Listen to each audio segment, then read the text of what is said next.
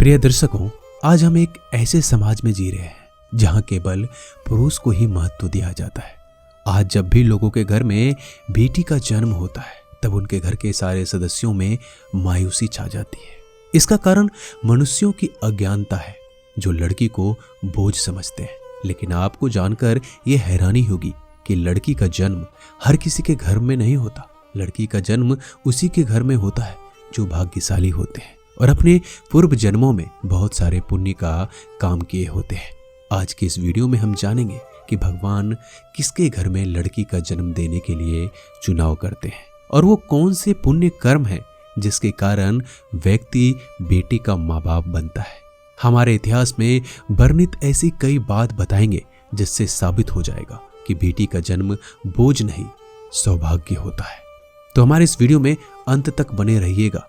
प्रिय दर्शकों, जो अभी तक हमारे चैनल से नहीं जुड़े हैं वो हमारे इस चैनल को सब्सक्राइब कर लीजिए और बेल आइकन को भी दबा दीजिएगा ताकि हम जब अगली बार ज्ञानवर्धक वीडियो लेकर आएं तो सीधे आप तक पहुंचे और आप उसका फायदा उठा पाए। और साथ ही साथ आप इस चैनल पे कमेंट भी किया कीजिए क्योंकि हमें आपके कमेंट का इंतजार रहता है। महाभारत में वर्णित है, एक दिन भगवान श्री कृष्ण से अर्जुन पूछते हैं कि हे माधव, किन कर्मों के कारण किसी के घर पुत्री धन की प्राप्ति होती है, अर्थात कैसे घरों में बेटियों का जन्म होता है। तब भगवान श्री कृष्ण अर्जुन से कहते हैं, हे पार्थ, अगर किसी के घर बेटे भाग्य से होते हैं तो बेटियां सौभाग्य से होती है। और आज जो भी स्त्री या पुरुष अपने पूर्व जन्म में बहुत सारा पुण्य कार्य किए होते हैं उन्हें ही एक बेटी के माता पिता होने का सौभाग्य प्राप्त होता है। इतना ही नहीं, बेटियों के जन्म के लिए उन्हीं घरों को चुना जाता है जो बेटियों का भार सहन कर सके, क्योंकि 3 लोगों में स्त्री अर्थात बेटियां ही एक ऐसी होती है जिसका भाग हर कोई सहन नहीं कर सकता। वह बेटियां ही होती है जो घर वालों और अपनों की खुशी के लिए अपना हर एक चीज न्यौछावर कर देती है।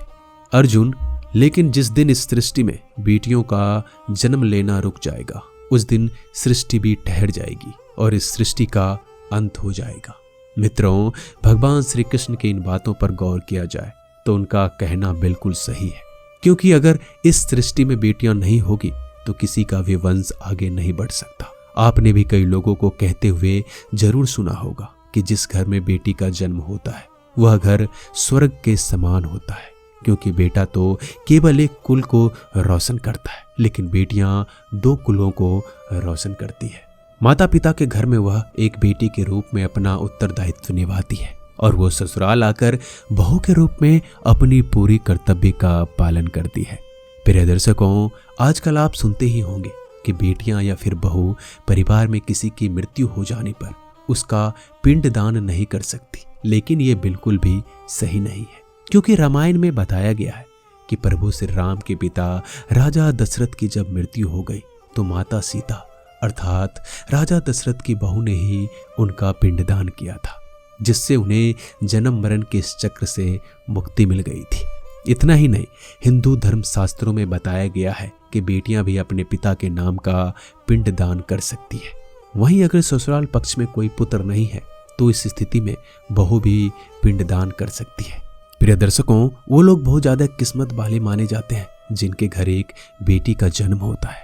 वहीं वह प्रबल किस्मत के होते हैं जिनके घर एक से ज्यादा बेटियां जन्म लेती हैं। शायद यही कारण है कि बेटियों को लक्ष्मी का दर्जा दिया गया है। बहुत से लोगों की सोच होती है कि बेटी है तो बिना समय गवाए और पढ़ाई में पैसे खर्च किए जल्द से जल्द शादी कर दो, लेकिन यह छोटी सोच बेटी के भविष्य को बर्बाद कर देती है। जरा सोच कर देखिए, एक बच्चे के मन में कितने सपने होते हैं। उसे कुछ हासिल करना है, उसे कुछ बनना है, लेकिन यह सपने केवल सपने ही बनकर रह जाते हैं। इसलिए अपने बेटियों को सपने पूरे करने देना चाहिए, उन्हें वह हर खुशी मिलनी चाहिए।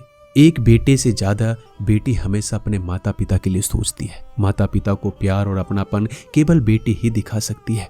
बेटी के जन्म को एक जश्न की तरह मनाना चाहिए। माता पिता को बेटी को हमेशा एहसास दिलाना चाहिए कि वह कितनी खास है।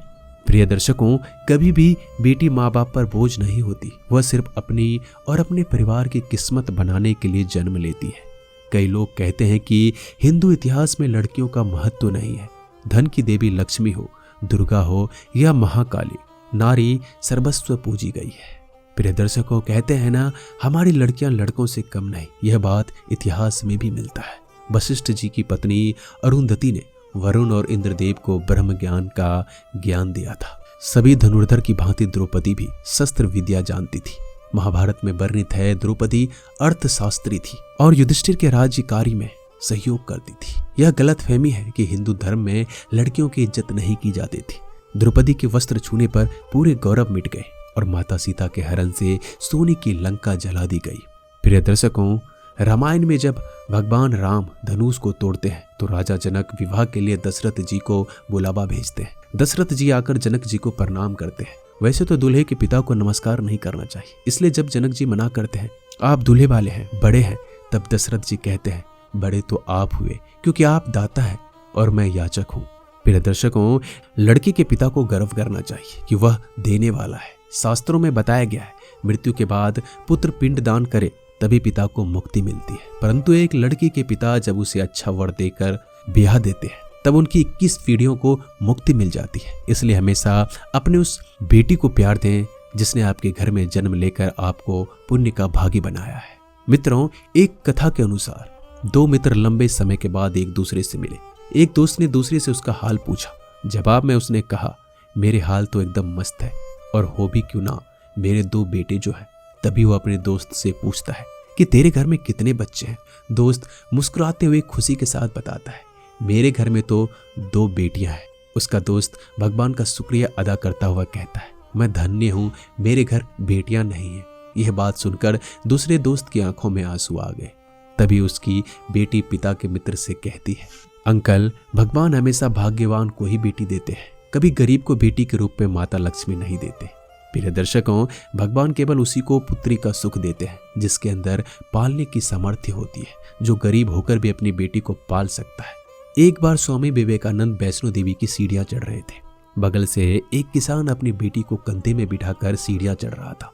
तभी स्वामी विवेकानंद जी ने कहा, बाबा, आपकी बेटी का बोझ आपको लग रहा होगा, इसलिए मैं उठा लेता हूँ और माता वैष्णो के दरवाजे तक ले चलता हूँ। तब किसान ने स्वामी विवेकानंद से कहा, बेटी कभी भी बाप के कंधे पर बोझ नहीं होती। बेटी अगर बाप के कंधे पर हो तो बाहर के बोझ को हल्का कर देती है। प्रिय दर्शकों, बेटियां कभी भी धन की भूखी नहीं होती, वह सिर्फ मान और सम्मान की भूखी होती है। अब आप ये जरूर सोच रहे होंगे कि कौन से कर्म करने के बाद किसी के घर में बेटी जन्म लेती है।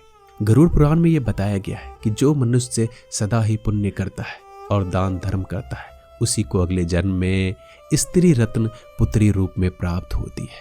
यदि आपकी कोई बेटी नहीं है तो आप किसी सगे संबंधी या किसी गरीब की बेटी को पढ़ाने में मदद कर सकते हैं, उसका विवाह करवा सकते हैं, जिससे पूर्ण रूप से पुण्य का फल आपको मिलेगा।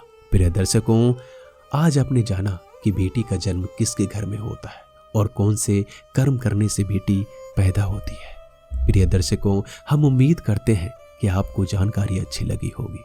मिलते हैं जल्दी अगले ज्ञानवर्धक वीडियो के साथ। धन्यवाद।